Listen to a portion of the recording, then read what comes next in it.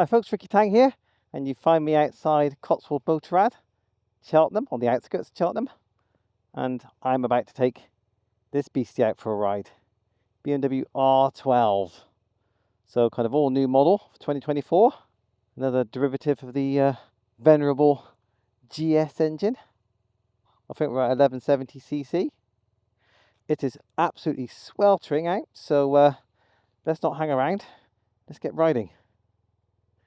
Now this is clearly designed to be a cruiser, a laid-back motorcycle for people with a laid-back attitude for life, man. And the last couple of days I've been riding some rather manic motorbikes, including the ZX-10R Kawasaki, the ZX-4RR and the MT-09 Yamaha. So for this ride I'm going to fall right into the lifestyle. I am relaxing. Don't think I'll be pushing this bike dynamically very hard, but it's not designed for that sort of thing. The single display is pretty legible for speed, and it's nice to have a large gear indicator there on the little LCD section. What I do like about this bike already is, yes, it's a cruiser, yes, it's kind of nice and relaxed, but it has got quite a turn of speed. Now we have no rev counter, no tachometer, so it's hard to know what revs we're doing. I wouldn't like to guess at the revs, but it doesn't feel like 3,000 RPM here at about 65 miles an hour. It feels more like 4,000 RPM. Just because it's classically styled doesn't mean it's outdated in terms of technology. We do have lean sensitive ABS and traction control. We do have a quick shifter up and down. It's got all the basics that you would expect in the 21st century. Oh yeah, no fuel gauge. We do have a fuel light, and it's not on yet, so that's good news. We have two whole riding modes, rock and roll. Roll is a bit more relaxed, rock is a bit more immediate by all accounts in terms of throttle response. I'm in roll at the moment, but even in roll, there's still a large amount of torque to fall back on if you want to do some easy acceleration.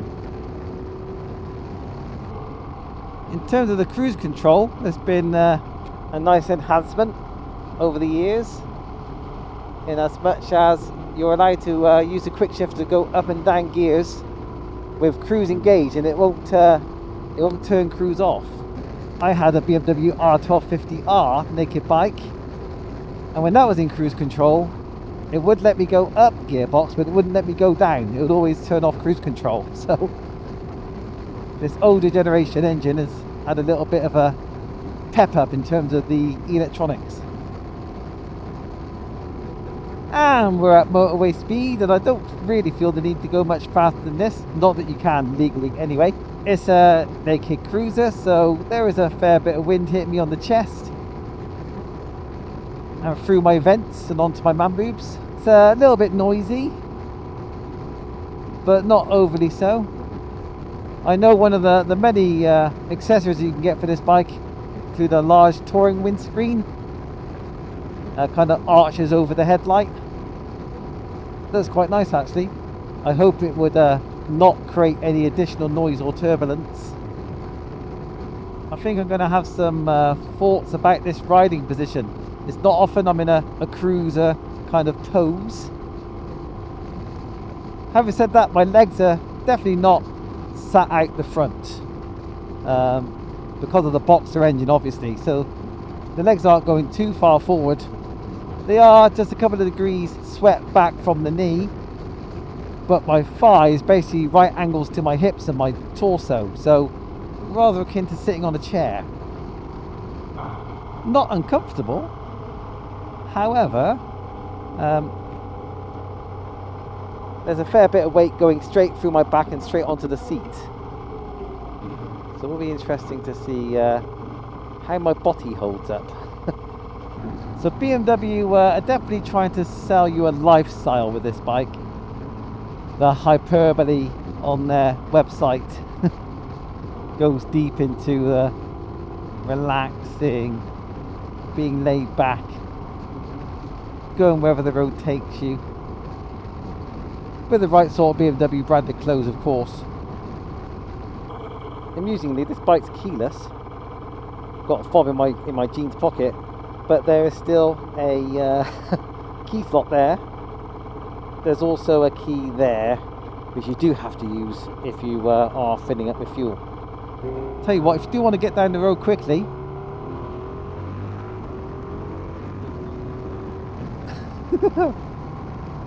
this bike has got your back. Any initial niggles? Well, there is one. My calves of both legs are kind of touching the air intakes for the cylinders. So you might be able to see, I'm not looking down, the camera is. So yeah, you can see the intake pipe there. You see my leg is touching that on that side, same thing on that side. For some reason, I think the way the cylinders are arranged, the right one is a little bit closer to me than the left one. The right intake pipe is slightly more intrusive. But I've just realised you can spread your legs out on the pegs. So I've just opened my legs out a little bit, and now they're not really touching the intakes at all. So that's good. So I just have my legs too close together. Now I've got my legs akimbo, so to speak. I told you I wasn't going to be very dynamic on this ride. So gentle bend swinging is very nice and easy, very pleasant. The bike doesn't feel very heavy. Even pushing it around at a standstill didn't feel especially heavy. I will be interested to know what the wet weight is. Part of the reason it's not very weighty up top is because it's only got a 14 litre fuel tank. Having said that, can the bike tell me what my current fuel economy is? 57 miles per gallon apparently. So, well, 14 litres might get you a good distance.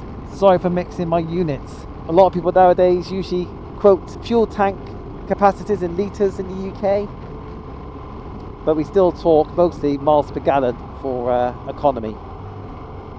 So hopefully this bike is telling me how many miles I've done on reserve rather than how many miles is left, because it says 5 miles. I should be able to make it to a petrol station. I'm hoping that's about to go up to 6 or not down to 4. It's gone up to 6, so it is distance travelled on reserve, which is good. How are we doing for braking? Whoa! That brake has some grab and some bite. Yeah, I've ridden an MT-09 today and a Tracer 9 GT Plus, both of which have front brakes aren't quite as immediate as this one. A light touch doesn't result in a lot of slowdown, but a slightly heavier touch, suddenly you're slowing down quite quick. Yeah, a bit less progressive and a bit more immediate than the Yamahas I rode earlier. Not a bad thing. Quite like the power. These roads are not brilliant. The front suspension is not adjustable. The rear suspension, I believe, is preload adjustable. So the ride is a little bit fidgety from the back, I think. But it feels solid enough and secure enough through the bends. It's not going to scare you in the corners like cruisers of the olden days. Yeah, when the road smooths out, it becomes a nice thing to gently throw around the bends. Quite a mechanical sound to the gear changes. Most of the time. Some of the time. Bit of a clunk when you change gear. But sometimes it's also quiet. Oh, this road's really quite bumpy. This bike is not handling that very well. Smooth, smooth roads is what this bike wants. A quick stop because I am melting in this sunshine. But what a handsome looking motorbike. Gorgeous thing. I'll bang some specs at the bottom of the screen or along the side of the screen or something while we have a little spin around the bike. Well, it's one of those BMWs with no rear light to speak of. It's all in the indicators. Not a massive fan, but that's where it is. You can add rear lights and things of that ilk to these BMW models. Standard exhaust there. You can get a Krapovich for it if you really want to and spend £900. Talking of lots of money, there's a whole host of accessories you can get for this bike. The list is almost endless. And I think that's what this bike is about, because half of the point of owning one of these, I think, is opening up the garage door and looking at it and going, that's mine, and that is gorgeous. And to that end, there's lots of accessories around to let you personalise your bike. For me, I'd certainly be throwing away those mirrors. The mirrors are functional, and they're actually quite clear most of the time, but they are bog stock BMW ones. They have to go. The shame the switch gear isn't a bit bespoke maybe for this model. Just kind of standard BMW switch gear. But prefer something a little bit higher end. But it all does the job very nicely. 19-inch front and a 16-inch rear. Bit of a balloon tyre going on the back. But I'm sweating buckets. I don't want to take the helmet off and then on again, because that'll make me even hotter. So it's time to get back on the bike. I've just noticed something quite amusing. There is a hump at the back of the rider's seat. So if the bottom of your bottom is getting a little bit tender, you could scooch back and kind of rest top of your bum on the seat hump and give a little bit of respite to the bottom of your bottom. Might depend on the material of trousers you're wearing. You might not get any grip. Yeah, that seat hump you can almost treat as a secondary seat because of its slope. I haven't really looked at the seat in any great detail, or the seat hump, but temporarily it's like a second seat. That could prove to be quite handy on longer rides. I think you probably had enough of my bottom by now, haven't you? There is, believe it or not, I think I've already said this, a second clock you can have here. So you can have a rev counter and a second LCD display, which is interesting. But you don't want this bike looking too busy, I guess. But it's nice that they're offering you that. It has almost got two characters, this bike. And if you cruise most of the time and relax most of the time, when you call upon that power, it will surprise you every time. I feel a bit silly, but I'm trying to work out what the Wonder Wheel does on this instrument panel. I guess I might have to be stopped and going through the settings menu. Did I mention it's ridiculously easy to get your feet down on this bike? Both feet down, flat-footed. Sometimes, depending on your leg length, maybe the pegs will get in the way of where you want to put your feet, where you want to drop your legs down. But I got my feet currently behind the pegs, and yeah, both feet flat on the floor. Lovely, 32-inch inside leg, no issues at all. So if you're short in the leg department, apart from the peg position maybe sometimes getting in the way of where you want to put your feet, it's nice and easy to handle, especially with the low centre of gravity we got with this bike as well. So maybe you weren't even looking for a cruiser. But with a low seat height here, this bike could still be on your shopping list. So I think that's about it from me. So what am I saying? Well, it's a great looking bike, well, at least in my opinion, but it is a bit of a blank canvas. It's for the potential owner to make it their own, and make it something they find beautiful and striking. And handling wise, if the road's smooth, then I've got no complaints at all. If you've got nice roads, you'll get a nice ride. Got rough roads, you get a rough ride. You see where I'm going with this? Well, that's interesting. I have got a PS for you. I am going downhill, trying to hold a constant throttle.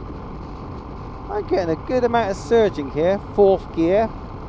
And it was surging back and forth a little bit rather than holding a constant speed. rather unexpected. Oh, I have got a rev counter. I feel a bit stupid now. Sorry, I'll have to edit my video later on and add a little note when I was mentioning the lack of a rev counter. It turns out about 4,000 RPM is about 70 miles an hour, and 60 miles an hour comes up at around about 3,200 RPM. So it's not pulling many revs at 60 miles an hour. Yeah, maybe I'm just misunderstanding the feel of the bike a little bit. Well, you're gonna have to find out for yourselves, won't you? So get yourself on a test ride. Right, so we're done. I shall see you folks in the comments. I hope you enjoyed my leisurely ride on the BMW R12. Thank Cotswold BMW Motorrad for the loan of this bike. It's a demo bike. Get in touch if you want to ride one yourself. Right, see you later folks. Take care. Till the next video. Ta-da!